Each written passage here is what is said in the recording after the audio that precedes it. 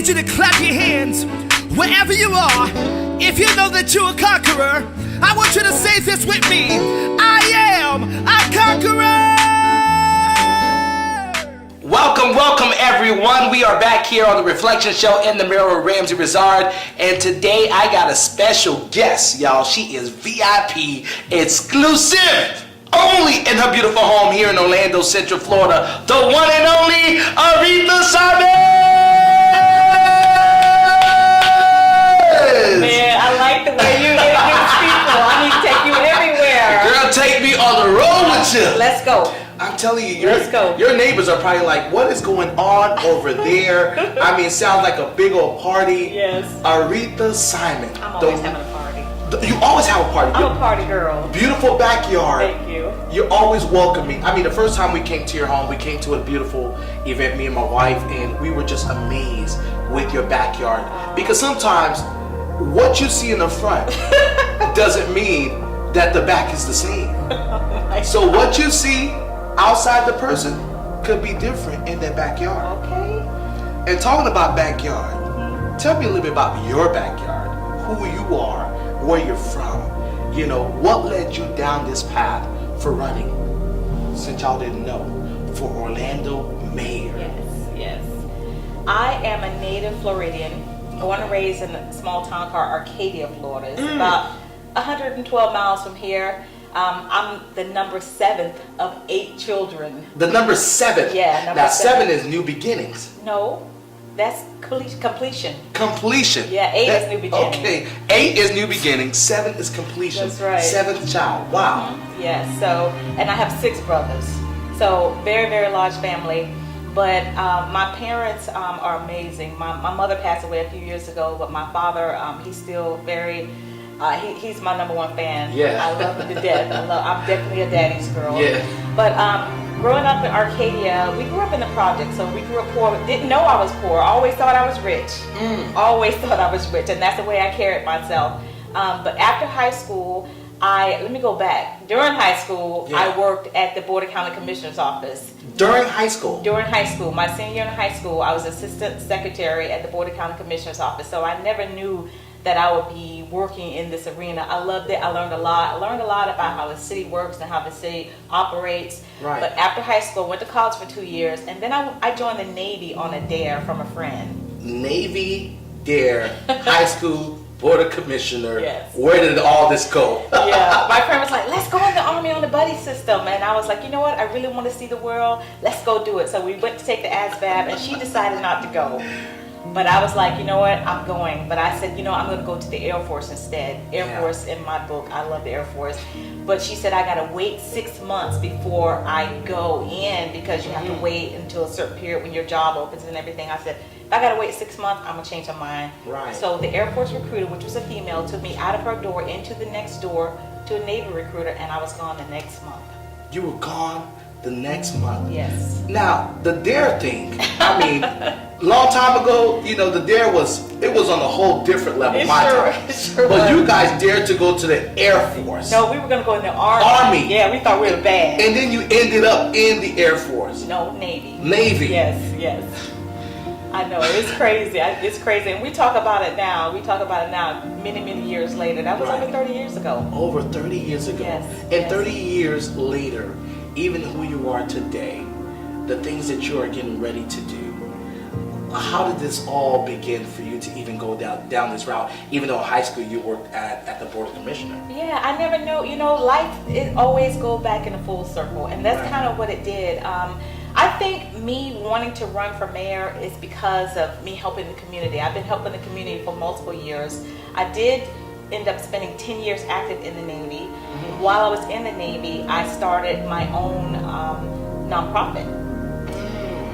I wore so many hats besides the Navy hat. I ended up going to chef school because I took a little cake decorating class. I made my kid's birthday special. Wow. And a friend said, hey, let's go and be in this bridal show. I went and got a booth at a bridal show, and I booked wedding cakes for the next 3 years. So I said, okay, I guess I'm in the wedding cake business. Oh, wow. So I decided to go to chef school because I wanted to learn more about the hows and whys of baking. But while I was in chef school, I thought about starting my own nonprofit, and that's what I did. So in the Navy, going to chef school, having a business, I was wearing multiple hats, as I said. I know, right? That's interesting because when I think about those times and who you are today, so pretty much whatever you put in your mind, you did it, you educated yourself, you got the education, and you completed. Yes, that's very important.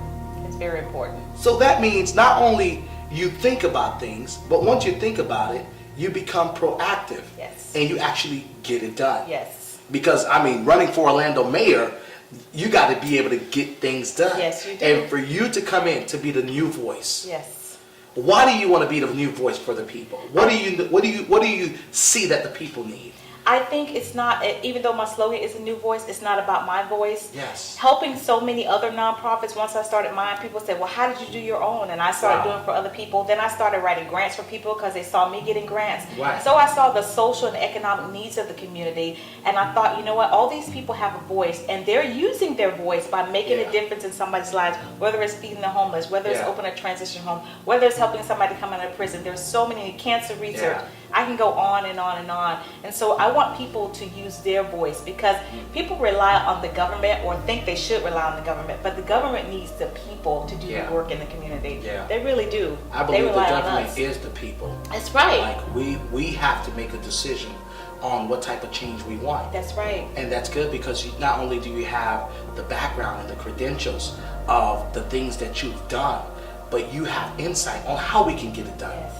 How we can move forward and find this progression in the world today, in this society, especially in this community, that we need it, Today times, with all the things that's happening around the world, if we don't have the fresh voices who sees beyond the hurt, who sees beyond the excuses, and who wants to get it done. Aretha looked like she's the one that's ready to get it done. And you said the key word, we have to do it together. And that's what I've been doing, pretty much all my life, working together with people to get it done. And we do have to do it together. So tell me a little bit about who you are. What's your favorite color? Oh my God, I have so many favorite colors. Every time people ask me that, I don't have a favorite color, but today I'll say it's orange. Because I love all colors, red, orange, blue. I love all colors. Today is orange. Wow. And is there any book that you've read that has built you into the woman you are today? Oh my God, I love reading. So, gosh, that would be hard because now I can go from T.D. Jakes books to so many books. You know what? One book that I can't remember the title now, but it talks about doing morning pages, and it started me to journal.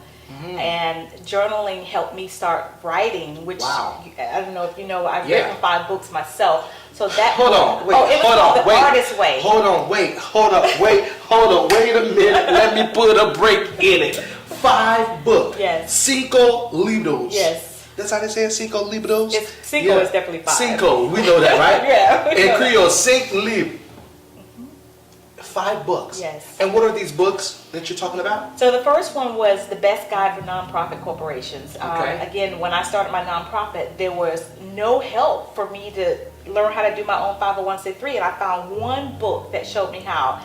And once I did mine, I started helping other people. I would make a little, tablet and do workshops, but then I thought, let me put it in a book. So that's the first one, The Best Guide for Nonprofit Corporations. Right. And then I started helping a lot of churches because a lot of churches don't know that they need the 501c3 in order to get the benefits. Right. So the second one's called The Power of the 501c3 and Why Every Church Needs One. Then the third book is Grant Writing Tools because, again, I've written a lot of grants. I've been on grant review boards for the City of Orlando, HUD, United Way. So I've written budgets for grants, and so I wanted the people, because that's the biggest problem, because I don't know how to do my budget. Right. So I've written budgets for grants, and so I put those tools to make them successful to get their grants in that book. And then the fourth one, when I got off active duty, I joined the reserves, and I got recalled back during 9/11. I was in doing Operation Desert Storm. After 9/11 happened, I got recalled back to active duty. I was normally in IT, but then they said, no, you're going to be in military police. Wow. So I was in military police for 2 years, standing around with an M16 and 9mm.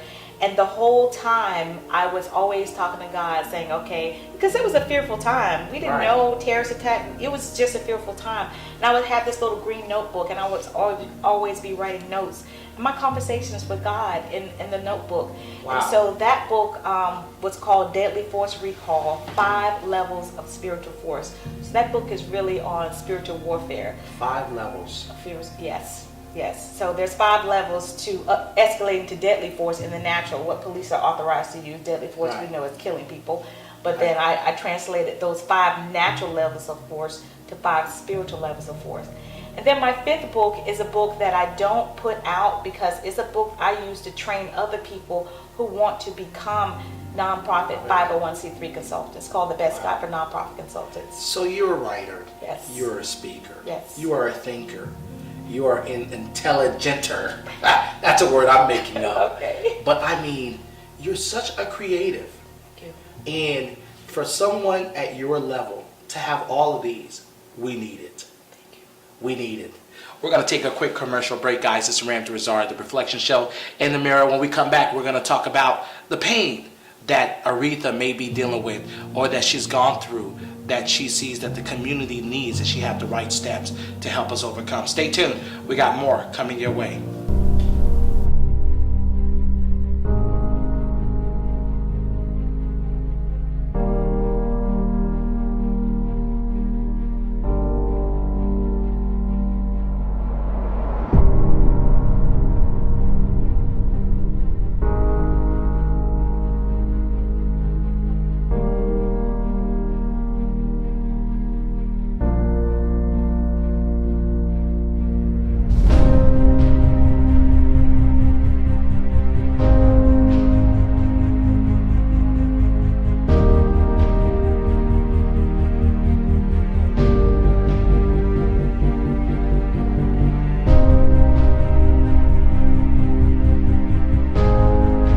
Hi friends and family, thank you so much for allowing me to be in your home today. Listen, I am running for mayor of Orlando because it's time for a new voice. It is not about my voice, it's about our voices together. Let's make history, let's make change in Orlando, but we can only do this by using our voice. Go to ArethaForMayor.com, let's get involved, let's go, it's a movement, come on, let's do this.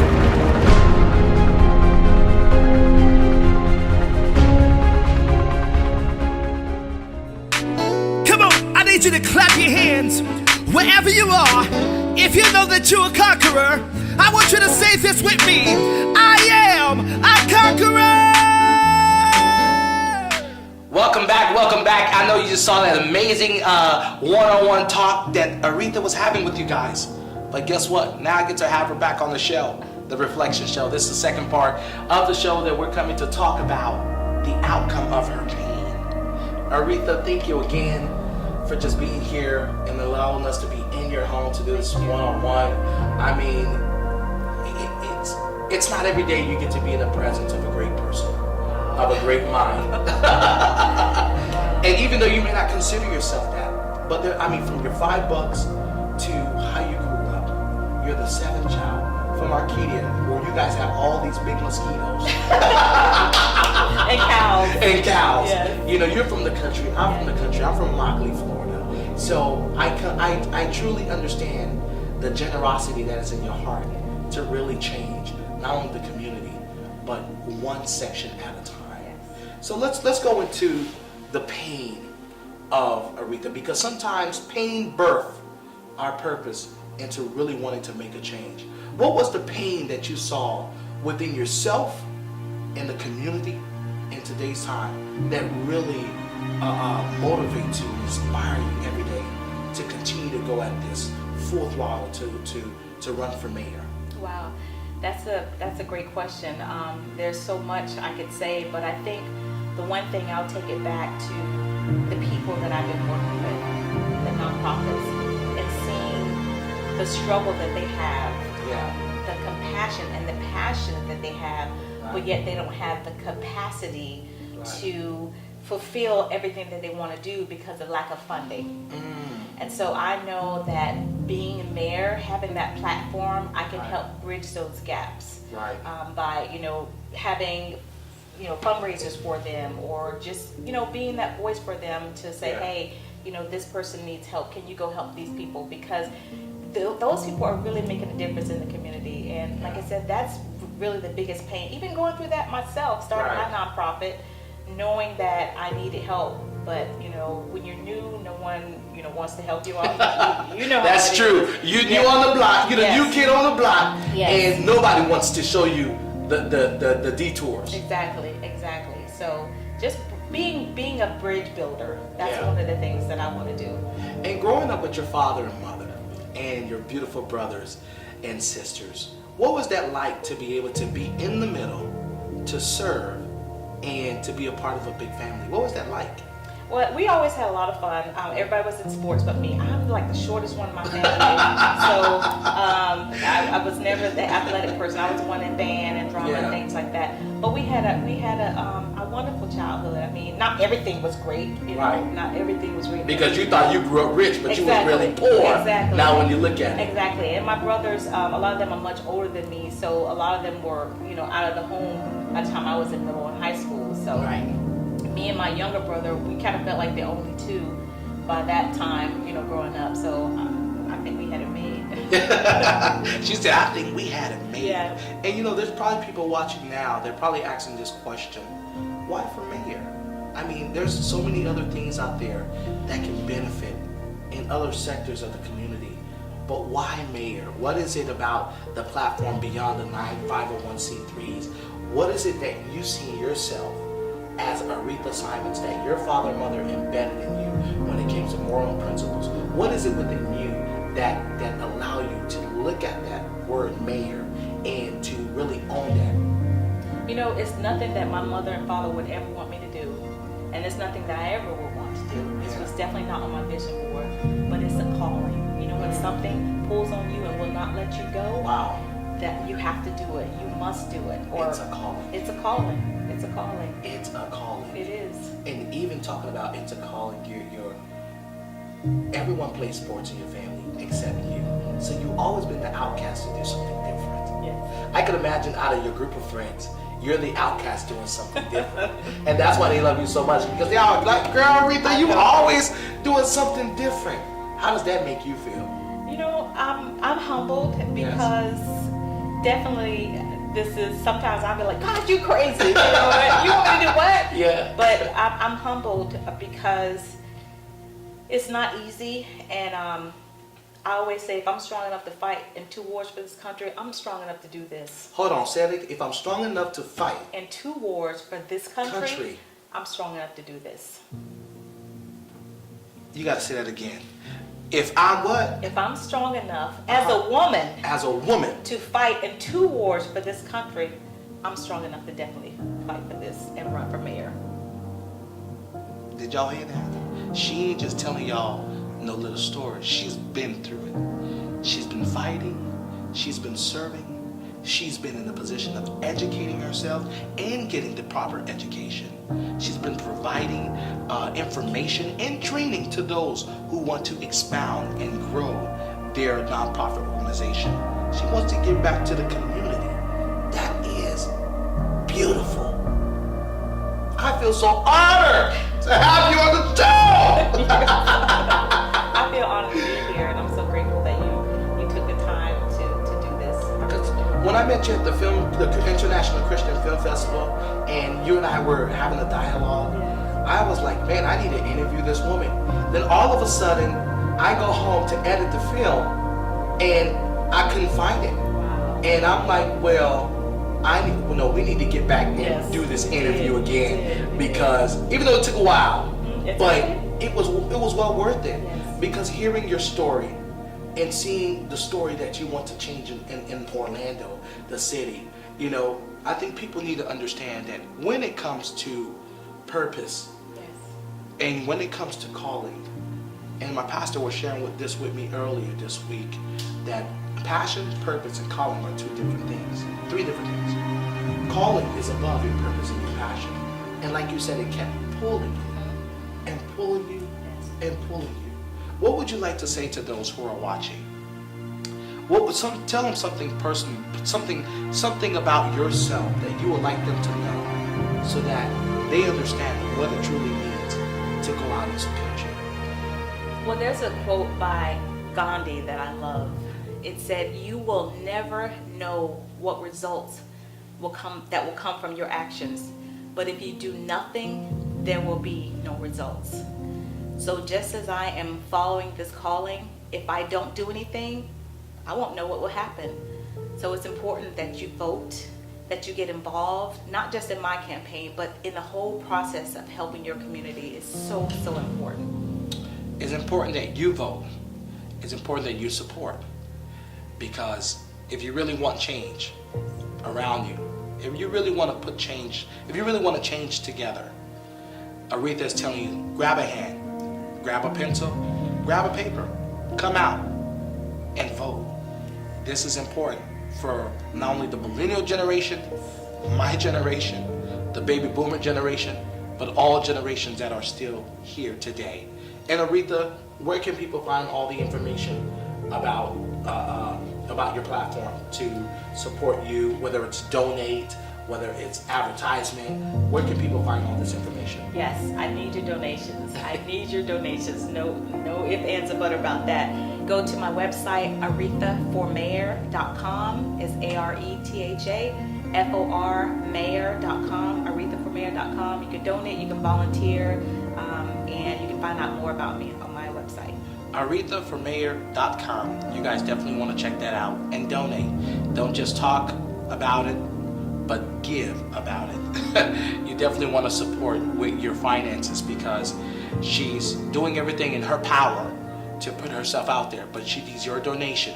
That's going to help her to really hit the market the right way. Every angle, every sector of the community, she needs your donation today. So at the bottom of the screen, you will see where you can donate, and you will be able to go on her Facebook page, her Instagram, follow her, be a part of the movement, see what's happening. She is everywhere, trust me. You guys think I'm everywhere? No, she is everywhere. Be a part of this change. From Arcadia to Orlando, this is Ramsey Rizard sitting down with Aretha Simons, running for mayor here in Orlando, Central Florida. And remember, your experience matters. Thank you for watching.